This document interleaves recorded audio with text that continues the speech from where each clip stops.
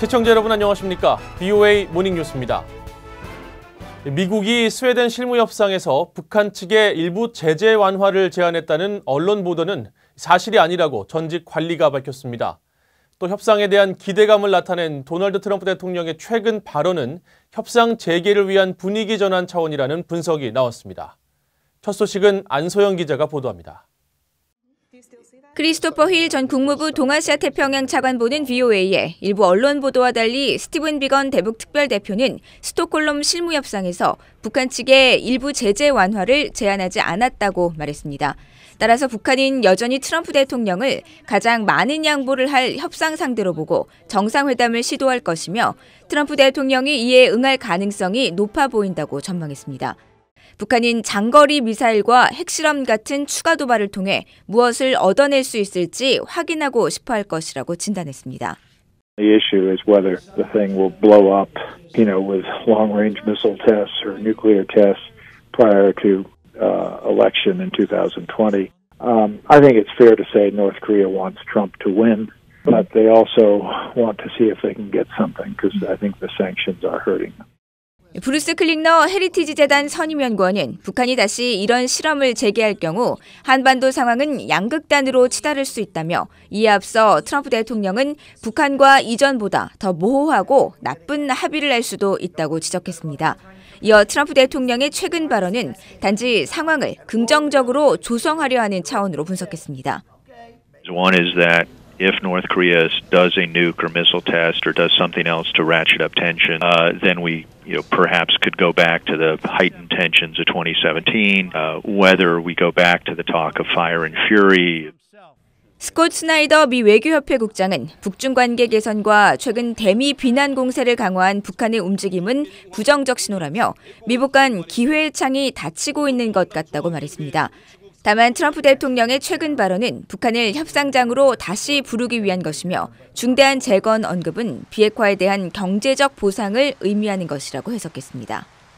I think that he is just going back to his same playbook, the prospect of economic prosperity in exchange for making a deal on denuclearization. 조셉 드트라니 전 육자회담 차석 대표는 현재 중요한 것은 후속 실무협상 재개라며 양측은 최종적이고 완전하게 검증된 비핵화, 즉 FFBD를 논의하고 싱가포르 공동성명 이행에 대한 로드맵을 설정해야 한다고 강조했습니다. BOA 뉴스 안소영입니다.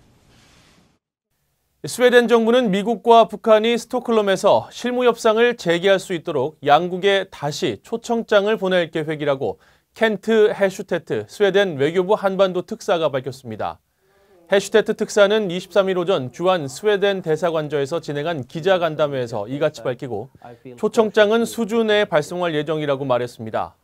이어 지난 5일 스톡홀름에서 열렸던 미북 실무협상은 기약 없이 끝났지만 양측으로부터 협상 중단 관련 이야기를 들은 적이 없다면서 기회의 창은 열려 있으며 미북 대화 결과를 아주 조심스럽게 낙관하고 있다고 밝혔습니다. 해슈테트 특사는 또 스웨덴 정부가 북한 측과 한반도 문제와 관련해 실무적인 대화를 계속하고 있다고 밝혔지만 북한과의 신뢰 유지를 이유로 대화 상대와 내용은 공개할 수 없다고 밝혔습니다. 북한 김정은 위원장이 금강산 관광 사업을 잘못된 일로 규정하고 남한 측 시설에 대한 철거를 지시한 것은 한국에 대한 압박이며 인내심의 한계를 보인 것이라고 한국의 전문가들이 지적했습니다. 아산정책연구원의 고명현 연구위원은 북한이 제재를 우회한 한국의 대북 경제 지원이 이루어지지 않은 데 대한 인내심의 한계를 표현하고 있다면서 단거리 탄도미사일 도발을 시작으로 잠수함 발사 탄도미사일 SLBM 시험 발사, 백마탄 김 위원장의 백두산 등정, 금강산 남한 측 시설 철거 등을 통한 대남 대미 압박이라고 분석했습니다. 통일연구원 박형중 선임연구위원은 김 위원장의 이번 결정은 한국이 필요 없음을 보여주는 것이라며 지난 1월 신년사에서 아무 조건 없는 개성공업지구와 금강산 관광 재개 용의를 밝힌 대목을 지적했습니다. 유엔 인권위원회 총회에서 북한의 식량난이 다시 지적됐습니다. 북한 인권특별보고관은 북한 인구의 약 40%가 굶주리는 등 식량난이 심각하다면서 자연재해와 제재의 영향, 또 북한 정권의 정책 실패를 원인으로 지적했습니다. 박형주 기자가 전해드립니다. 토마스 오헤야 퀸타나 유엔 북한 인권 특별 보고관은 22일 유엔 인권위원회 총회에서 북한의 식량난과 인권 상황 등을 보고했습니다. 먼저 북한 인구의 약 40%에 해당하는 1,100만 명이 식량난으로 영양 결핍 상태에 있다고 지적했습니다. Food insecurity is at an alarming level in the DPR Korea. 11 million people, nearly half of the population, are undernourished. 특히 어린이 14만 명이 영양 부족으로 고통받고 있으며 이 중 3만 명은 심각한 상태인 것으로 추정된다고 밝혔습니다. 퀸타나 보고관은 이런 식량난의 주요 책임으로 경제와 농업 정책을 실패로 이끈 북한 정권을 지적했습니다. The failure of the government to properly regulate this nascent market activity is leading to the creation of an increasing inequality based on wealth, where only those with money have access to basic rights such as education, healthcare, freedom of movement, and adequate housing.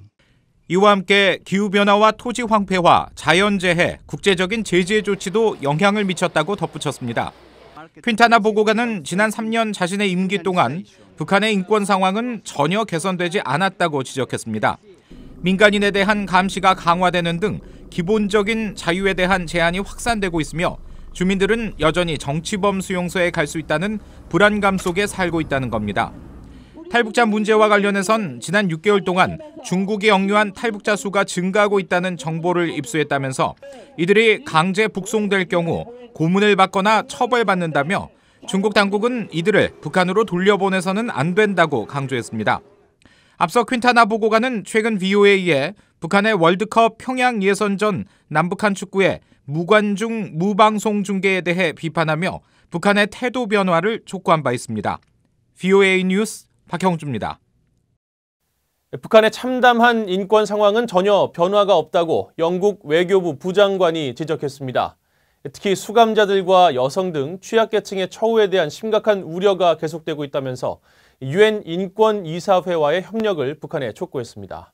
이현철 기자가 보도합니다. 영국 외교부의 타리크 아마드 부장관은 22일 인권 우선 대상국 30개 국가에 올해 상반기 인권 상황에 관한 성명을 발표하면서 북한의 비참한 인권 상황은 전혀 개선되지 않고 있다고 밝혔습니다. 그러면서 북한은 국경 없는 기자회가 발표한 세계 언론 자유 지수에서 180개국 중 179위를 기록했고 국제 기독교 탄압 감시 단체인 오픈 도어즈로부터 세계 최악의 기독교 박해 국가로 지목됐으며 세계 노예 지수에서도 1위 국가에 올랐다고 설명했습니다. 또 북한 정권이 계속 표현과 신앙의 자유를 완전히 통제하고 있으며 국영 매체가 유일하게 허용된 정보의 원천이라고 덧붙였습니다. 아마드 부장관은 이어 북한 내 일부 분야, 특히 장애인 권리와 소녀들의 교육에 약간의 진전의 징후가 있음에도 불구하고 수감자들과 여성, 소녀 등 취약계층에 대한 처우를 둘러싼 심각한 우려는 여전하다고 강조했습니다. 또 북한은 지난 5월 유엔의 보편적 정례 검토 UPR에 참여했지만 유엔 인권 결의안과 북한 인권 특별 보고관의 역할을 계속 거부하고 있다고 밝혔습니다. 앞서 아마드 부장관은 지난 2월 40차 유엔 인권이사회 고위급 회기에서도 북한의 인권 상황에 대해 중대한 우려를 표시했습니다. Despite some welcome signs on the political track, there has been no improvement in the human rights situation. 아마드 부장관은 광범위한 인권 유린을 끝내기 위해 유엔 인권이사회와 협력할 것을 북한 당국에 촉구했습니다. 영국 외교부는 지난 6월 초 발표한 2018 인권 민주주의 보고서에서 북한을 인권 상황이 여전히 심각한 30개 우선 대상국 가운데 하나로 지목했습니다. 그러면서 지난해 외교 활동에도 불구하고 북한 인권 상황에 가시적인 변화가 없다고 평가했습니다. VOA 뉴스 이한철입니다. 미 하원 군사위원회가 북한과 중국, 러시아 등의 미국 안보 위협을 평가하고 대비 전략을 검토할 전담팀 미래 국방을 출범시켰습니다.